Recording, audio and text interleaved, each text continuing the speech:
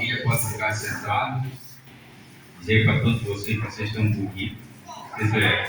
Devido às festas que vocês já estão no ritmo de festividade, já estão top das galáxias, cheio de uma beleza, uma porção de beleza, né?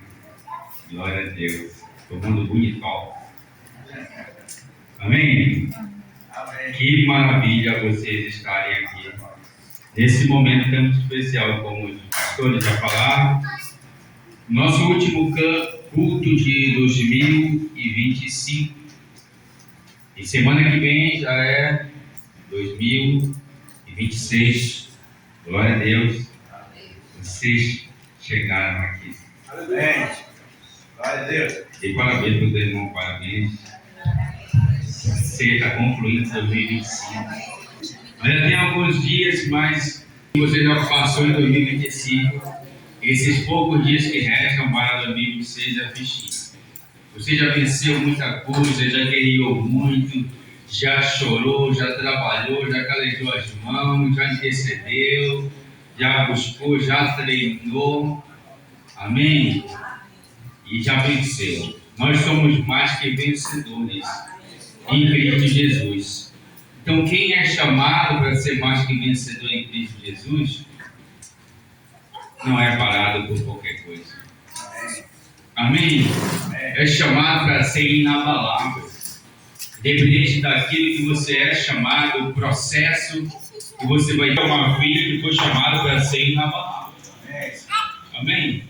Porque esse é o teu chamado, essa é a vontade de Deus.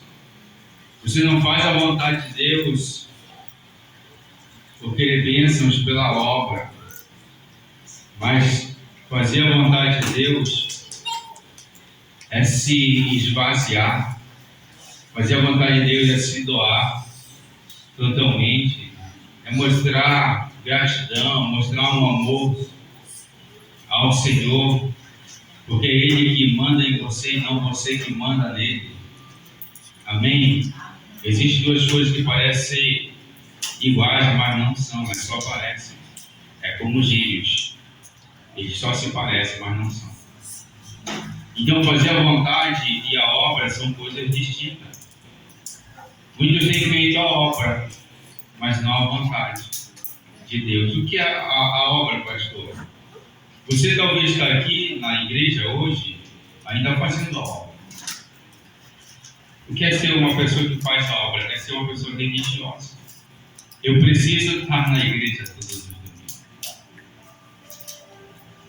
Eu preciso estar na igreja todos os domingos, porque o pastor tem que me ver, porque eu não gosto de faltar, porque os pessoal vão ficar perguntando por que eu voltei.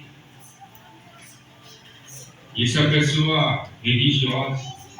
Não, eu vou em todos os cultos porque a minha mãe, meu pai, meu esposo quer que eu esteja lá, a minha esposa quer que eu esteja lá, por isso que eu vou em todos os cultos, é por isso que eu estou na igreja, com o carro de fulano de tal.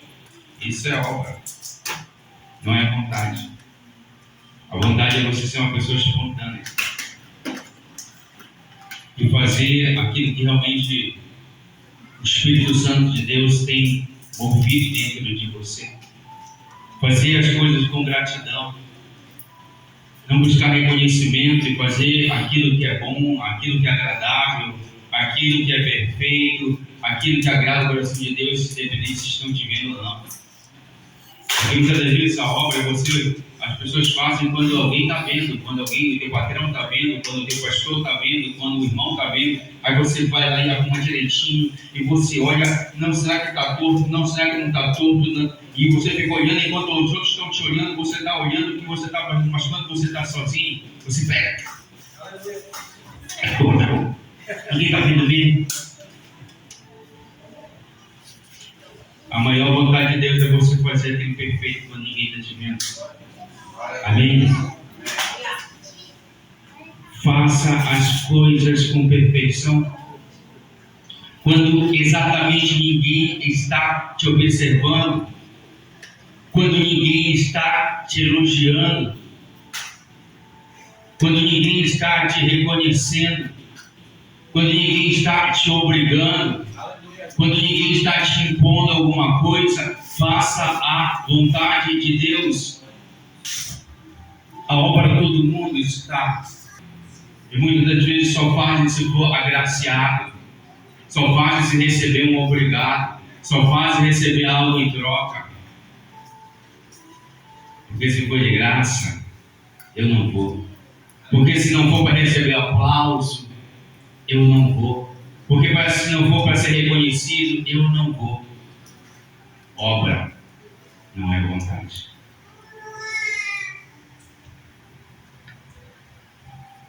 Ajude o órfão, ajude a viúva, ajude o estrangeiro. Faça o bem. Faça o bem. Tal que é o melhor. Nós fomos chamados para as coisas excelentes. Para fazer as coisas excelentes. Para não ser aquele mordomo que faz as coisas relaxadas. De uma forma relaxadamente. Nós fomos chamados para ser mordomos perfeitos. Todos nós somos mordomos, inclusive eu.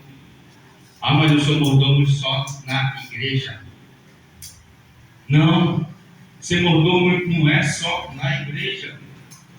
Ser mordomo é quando você está servindo o teu esposo. Porque ele é a representação de Jesus. Ser mordomo é quando você está cuidando dos teus filhos. Porque eles são presentes de Deus.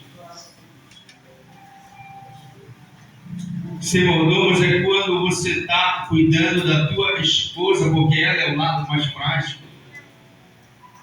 Ela é a igreja. Será que ser mordomo só é aqui na igreja? Não. Ser mordomo é um teste diário na tua vida. Quando você cuida bem da tua esposa, quando você cuida bem dos teus filhos, quando você cuida bem dos teus pais,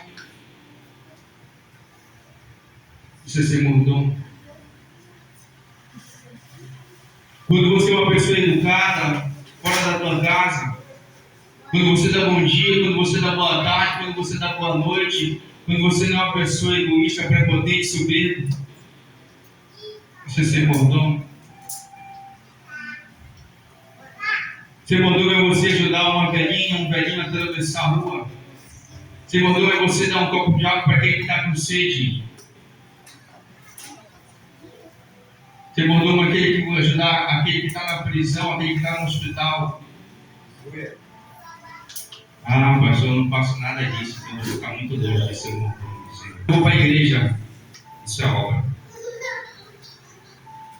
Vim para a igreja, isso é obra. Mas eu canto, eu prego, eu danço. Não, você não faz a vontade de Deus. Você não é bom com a tua família. 1 Timóteo capítulo 5, versículo 8, aquele que não cuida dos seus é pior do que o incrédulo. Aquele que não cuida bem da sua casa, aquele que não administra, não cuida bem da sua família, é pior do que o incrédulo. Isso independente de posições dentro de uma família. Conhecer da esposa para o esposo, aquele que não cuida bem dos seus é pior do que o incrédulo. Não conhece Deus ainda. Aquele que só obedece pai e mãe, aquele que responde para o pai e para a mãe, aquele que mente para o pai e para a mãe, aquele que faz coisas escondidas do pai e da mãe, é pior do que o incrédulo.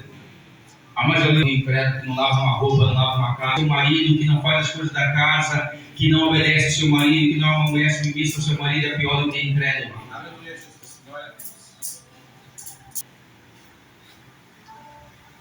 Você está compreendendo que talvez você está muito distante de fazer a vontade de Deus? Você está muito longe de fazer a vontade de Deus? E talvez tudo que você tem feito até hoje é a obra de Deus, que você não é uma pessoa convertida ainda. Mas eu sou convertido porque aceitei Jesus como único e Salvador. Eu provo para você que Paulo, ele aceitou Jesus. Pedro aceitou na metade do caminho. E Judas nunca aceitou. Nunca aceitou. Você pode ser Pedro. Você pode ser Judas. Passar uma vida na igreja e não aceitar Jesus. Mesmo andando com ele. E mesmo caminhando com ele. Ou você pode estar andando com ele e negando ele todos os dias da sua vida. Mas como eu nego, pastor? Quando você fala um palavrão, quando você responde para o teu pai, para a tua mãe, quando você não ajuda a tua esposa, quando você não se submete a teu esposo, quando você responde para o teu esposo, quando ele te chama a atenção, quando ele quer te corrigir, você está sendo um Pedro que ainda não aceitou Jesus, mas caminha com ele. Ainda não aceitou Jesus. E é necessário se converter. Porque quando Jesus pergunta para Pedro, Pedro, tu me amas? E a primeira pergunta de Jesus para Pedro é uma pergunta que realmente foi um confronto na vida de Pedro. E Pedro responde, sim, eu te amo. E Jesus pergunta em um tom mais alto, Pedro, tu me ama? E Pedro começa a curvar a cabeça porque ele reconhece que verdadeiramente ele não ama ainda Jesus, que ainda falta muito para amar Jesus. Sabe aquele confronto que quando você tem na tua casa, você fica com raiva? É porque você ainda não aceitou Jesus. Sabe quando você é chamado a atenção pelos teus pais e você fica chateado porque você ainda não aceitou Jesus? Sabe quando teu esposo te chama a atenção por algum motivo e você fica com raiva dele é porque você ainda não aceitou Jesus? Ou quando você pede algo do teu esposo e ele diz não para você? Porque o teu esposo ainda não aceitou Jesus. Quando o teu esposo não te ajuda em nada é porque ele ainda não aceitou Jesus. E aquele é o confronto para ele.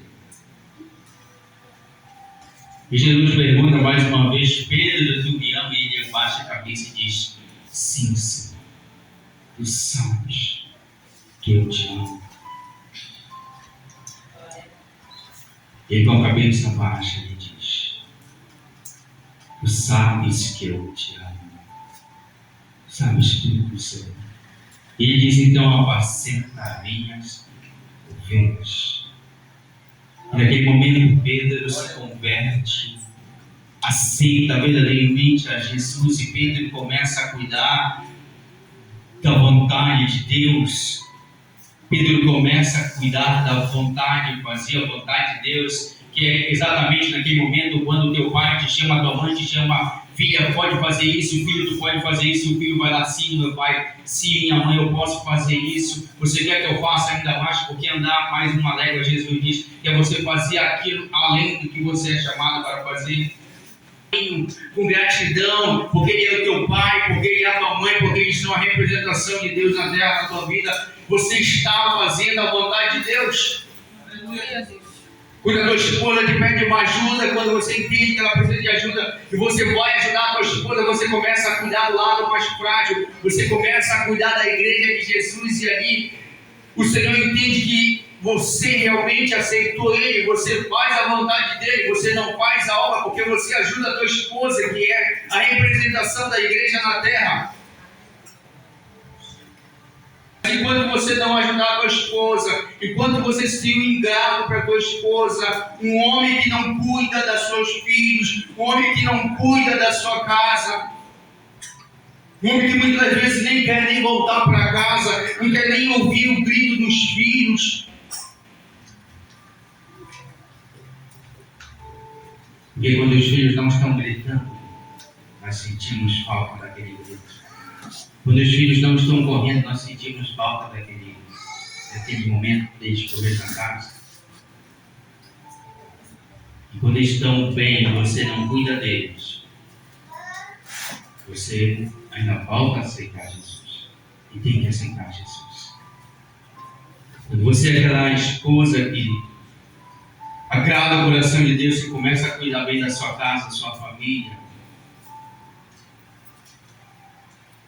começa a amar o teu esposo, começa a cuidar do teu esposo. Como ele é a representação de Cristo na terra, você ali aceitou Jesus e faz a vontade dele. Só para você refletir na sua vida. Mas é para você refletir mesmo como é que é dentro da tua casa. Ainda não estou ministrando. Mas você tem que olhar para dentro do teu lado.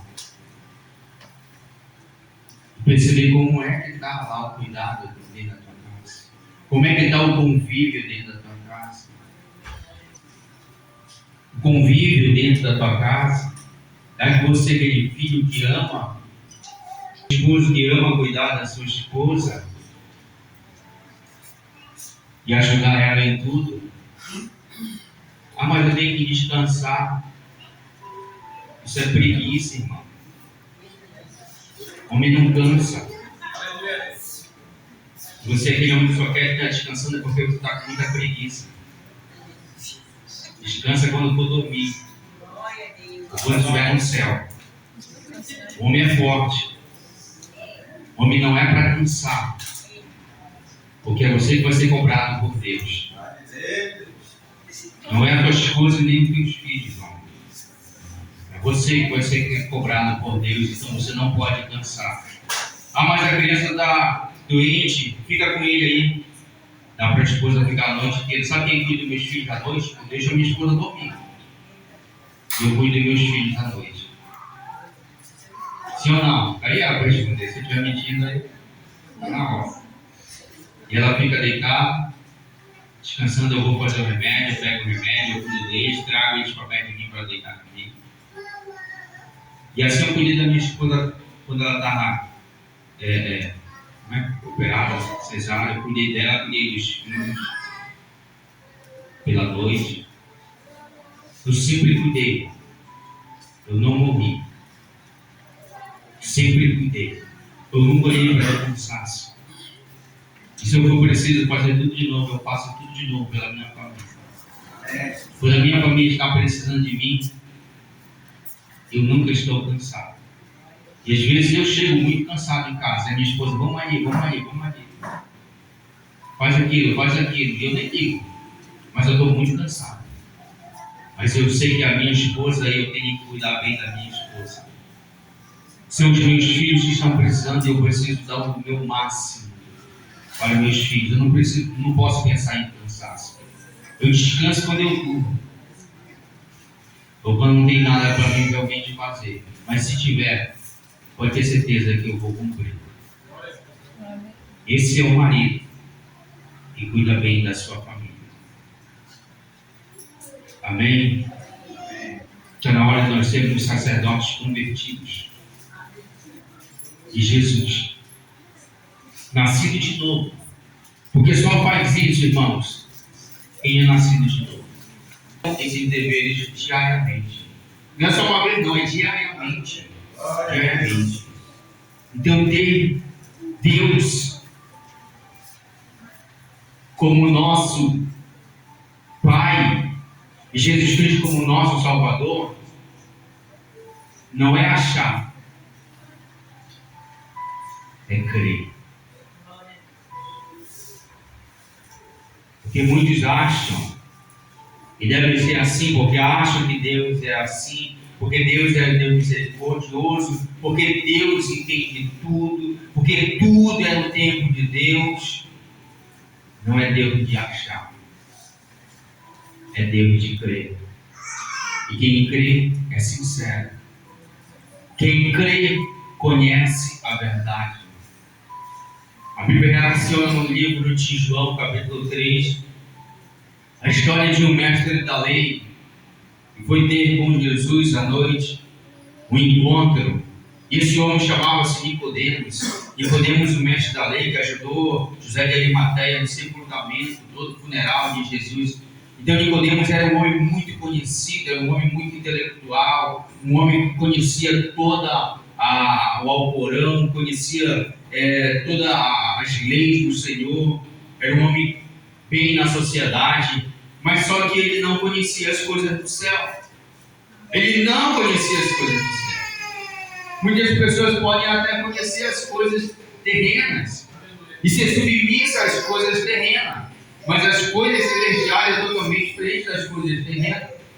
E nós, diga eu, preciso conhecer e viver das coisas celestiais, não das terrenas.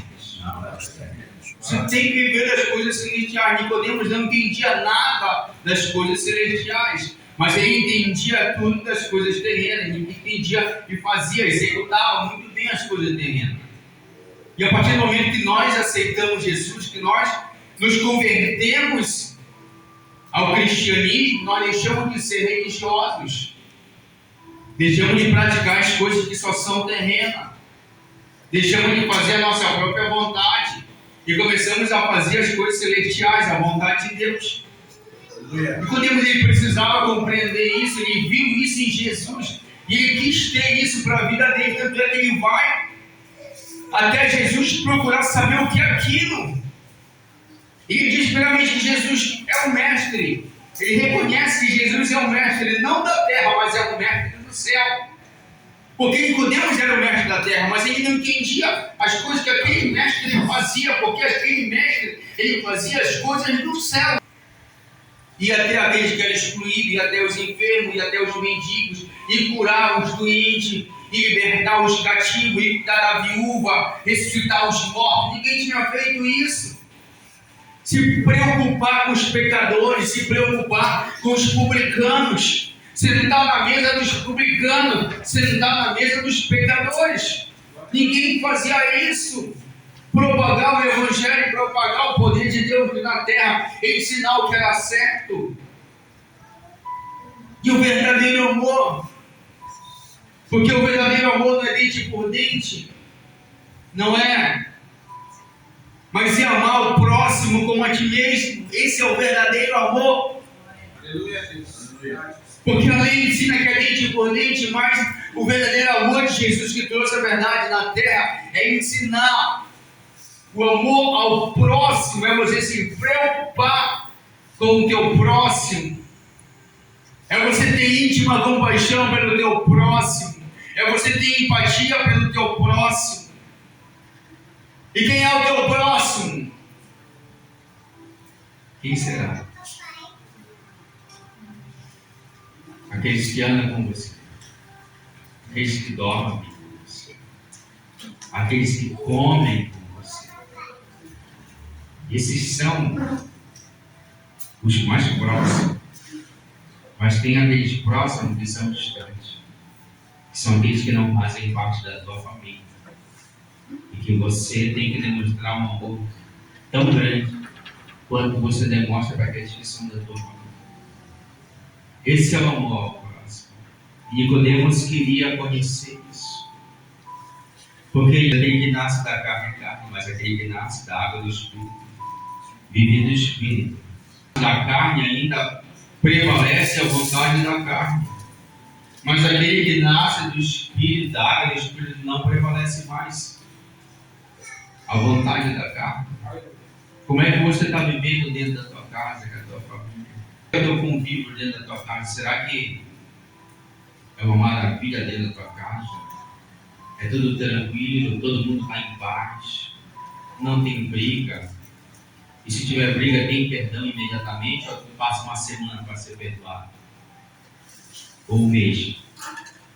Que parece que uma semana pode ser pouco ainda para perdoar. Aí vem, passa meses para perdoar.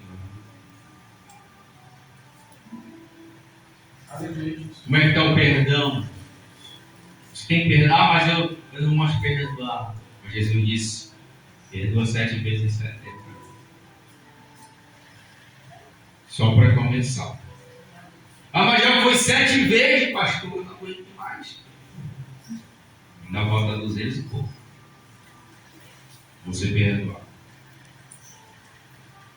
Tem que perdoar quantas vezes for necessário. Ah, mas eu não aguento mais ele, porque todo tempo ele erra, porque todo tempo ela erra, porque os meus filhos são assim, eu não aguento mais. Perdoa. Quantas vezes for necessário, Jesus diz. Não é porque é um número de 7 vezes 70, mas Jesus diz é quantas vezes for necessário. Você perdoar, você deve perdoar. Porque essa é a tua família. Esse é o teu marido, essa é a tua esposa, esses são teus filhos. Você ainda vai dar brecha para o inimigo? Você quer que o Satanás governe a tua casa, a tua família? Porque quem doa agrada Satanás. Ele que quer que você fique com raiva, com o coração cheio de ódio, ressentimento, mágoa, tristeza. Não prevalece isso dentro das nossas casas, da nossa família. Porque o amor de Jesus, ele é perdão, ele é o amor ágape, o amor incondicional, ele se preocupa um com o outro. Ele estende a mão um para o outro. Isso é o amor. Então aquele que nasce da carne, vive os desejos da carne. Mas aqueles que nascem da água do Espírito, vivem o desejo do Espírito. Então você tem que detectar dentro de você. Porque se você ainda vive com as coisas carnais dentro de você, você precisa então se libertar de tudo isso. Para não entrar em 2026 com a esperança de ser próspero, de ser rico, de ter um bom salário, de ter uma empresa, de ter isso, de ter aquilo, mas dentro de você está totalmente estragado. Não vai ser válido 2026. Porque é primeiramente nós que precisamos mudar para as coisas virem até nós. Porque buscar primeiramente o reino de Deus, as demais coisas depois serão acrescentadas. Quando você busca primeiramente o reino de Deus, é deixar o reino de Deus, e os discípulos disseram, onde está o reino de Deus? E Jesus disse, o reino de Deus está dentro de nós. O reino de Deus está dentro de cada um de nós. Então as demais coisas vão vir na sua vida. Mas se você primeiro decidir ser moldado, ser lapidado, ser moldado, ser transformado, ser uma mulher diferente em 2026, uma mulher que cuida bem da sua casa, uma mulher que cuida bem do seu esposo, uma mulher que cuida bem dos seus filhos, um marido que cuida bem da sua esposa, um marido que cuida bem da sua família, um marido que é o provedor da casa, um marido que é o provedor da família. Mas se ela quiser, ela que se vire. Eu dou uma mesada para minha esposa, quase todo mês, né? Quase todo mês. Eu dou 100 reais para ela, 30 para minha filha e 10 para meu filho. Todo mês. Não que a gente precisa, mas é uma gratificação que eu dou, que ela tem o dinheiro dela também, ela trabalha, recebe, a minha filha também. Estou até com uma para de vender, né? Eu baixo na empresa dela. Mas não quis ele vai estar em pé, vai voltar. Mas sempre eu dou todos os meses para eles esse valor. Porque de repente onde ela não dá para comprar o que ela quer, ela vai ter aqueles 100 reais lá, como um caixa 2. Eu faço isso todo tempo, irmão. Todo tempo. E o que eles precisarem, eu compro. Tudo que eles precisarem, eu compro para eles. Porque a minha família, eu estou investindo na minha família. Eu estou investindo na minha esposa, eu estou investindo na minha filha, eu estou investindo nos meus filhos. Mas tem homens que quiserem, tem que trabalhar, tem que se vir. E a esposa necessita, a mulher gasta mais do que o homem. Sim, ó. Misericórdia.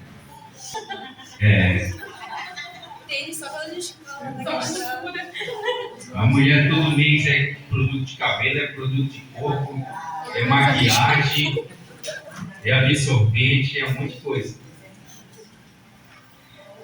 O homem não tem muita papulagem, mas a mulher, elas são elegantes. E elas têm que andar bonita do nosso lado. Não que você vai andar feio, mas você tem que andar também bonito do lado dela. Amém? Então, marido, você que não investe na tua esposa, tem que parar de ser esse pão puro. Tem que investir na tua esposa mesmo. Tem que ter uma porcentagem para ela. A minha eu dou um pouco porque ela trabalha, mas eu poderia dar mais se ela não trabalhasse. Com certeza.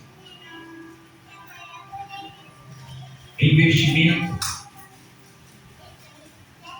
Quando a Bíblia relaciona em saco furado, é nessas ocasiões que o saco é furado mesmo.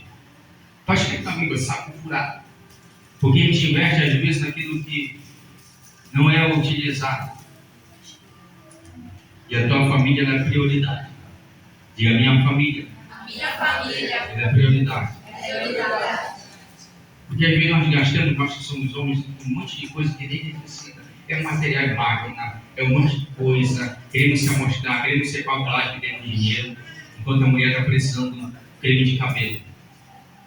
que é 10 reais. E às vezes você gasta com 100 reais, um monte de besteira. E a mulher precisa de 10 reais para comprar um creme de cabelo, você não consegue comprar um.